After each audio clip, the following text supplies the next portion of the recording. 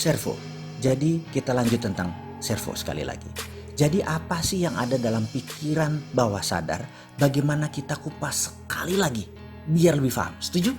Pertama, ada yang namanya habit atau kebiasaan. Itu ada di bawah sadar. Dan apa itu kebiasaan? Kebiasaan adalah sebuah perbuatan yang diulang-ulang. Perbuatan itu bisa hal yang bermanfaat, bisa hal yang tidak bermanfaat. Katakan kebiasaan merokok. Maaf ya, harus membawa diskusi kebiasaan merokok yang tidak baik bagi kesehatan.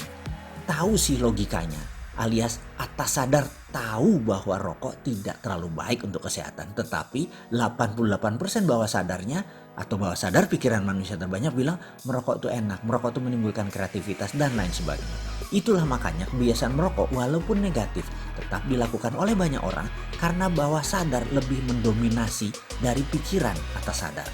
Perbuatan olahraga yang diulang-ulang sejak kecil membuat olahraga jadi kebiasaan.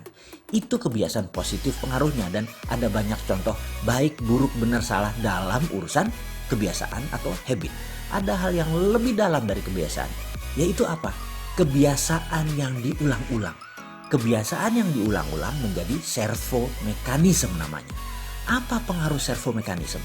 Hal ini berbeda dengan kebiasaan karena seakan-akan kebiasaan adalah hal yang dilakukan secara sadar. Misalnya janjian main badminton jam 7 malam.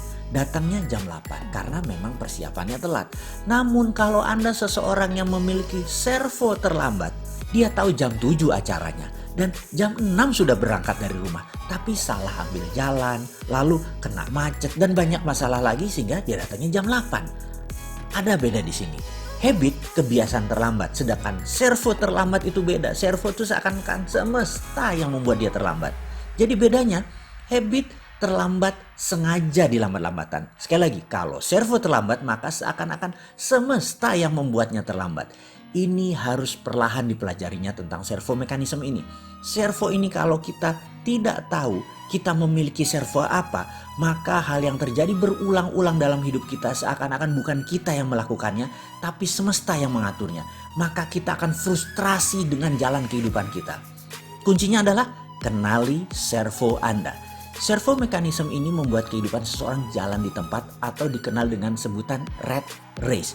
Tikus yang berlari di bulatan di sangkarnya. Dia hanya lari di tempat. Maksudnya banyak manusia mendapat kesialan di tempat itu-itu saja. Kegagalan di tempat itu-itu aja.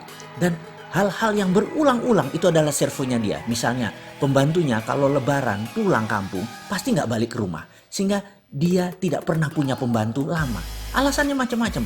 Ada yang pindah kerja, ada yang nikah, ada yang merawat orang tuanya, ada yang dapat kerja di kampungnya. Banyak lagi alasannya, namun intinya servo si nyonya memang gak pernah bisa punya pembantu lama.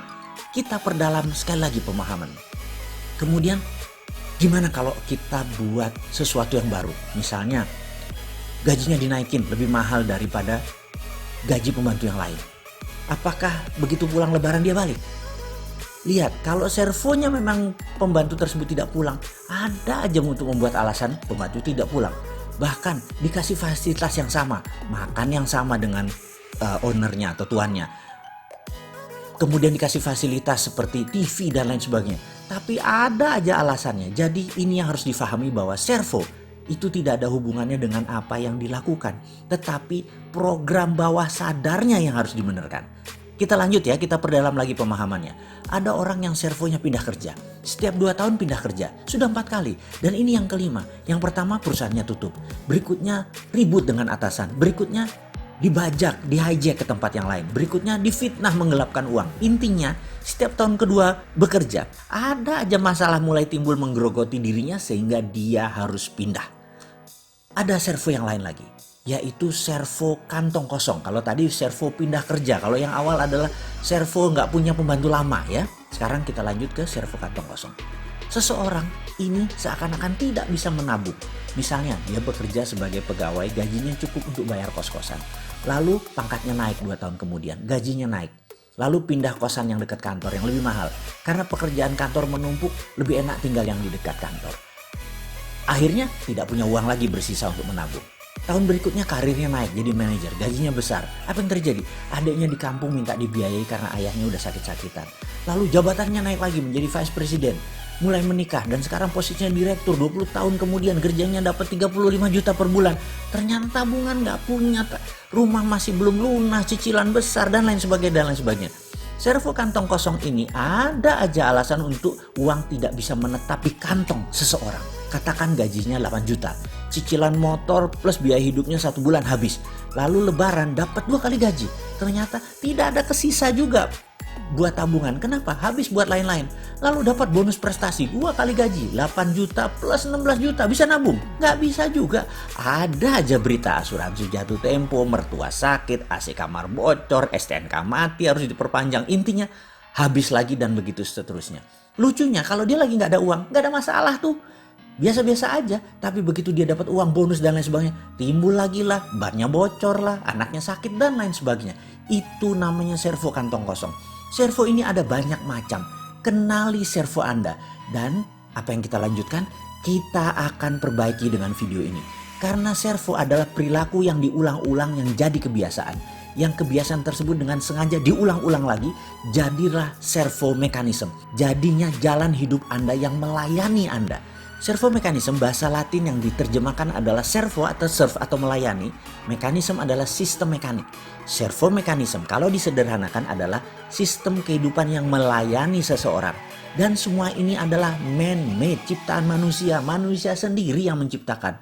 Servo dan habit itu adanya di pikiran bawah sadar. Kenali, yang negatif diubah.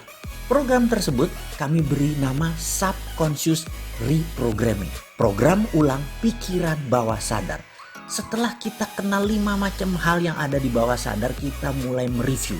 Salah satunya adalah habit yang menjadi servo mekanisme. Dan servo tadi kalau negatif harus segera diubah. Kalau tidak ini akan mengulang-ulang terus dalam kehidupan seseorang. Kita sudah membahas dari 1 sampai 5 program pikiran bawah sadar. Dan ini juga membuat kita mengerti kita memilih jalan hidup kita dengan memasang install software kemakmuran, software kesehatan, software kebahagiaan. Semua ini bisa terpasang dengan baik kalau menjadikan servo negatif tadi hilang dan diubah. Kita melakukannya dengan teknik subconscious reprogramming. Tekniknya percaya saya semudah membalik tangan. Allah Maha Adil. Apa yang bisa terpasang bisa dibongkar. Apa yang tidak ada bisa jadi ada. Apapun bisa diinstal karena manusia adalah wakil Allah di bumi. Khalifah fil ard, memiliki kemampuan ekstra. Jadi mulai paham tentang servo mekanisme. Oke, selanjutnya kita akan memahami tentang subconscious mind, mengenal bagian terdalam pikiran bawah sadar dan bagaimana melakukan pemrograman ulang pikiran bawah sadar yang salah dan ingin kita rapihkan.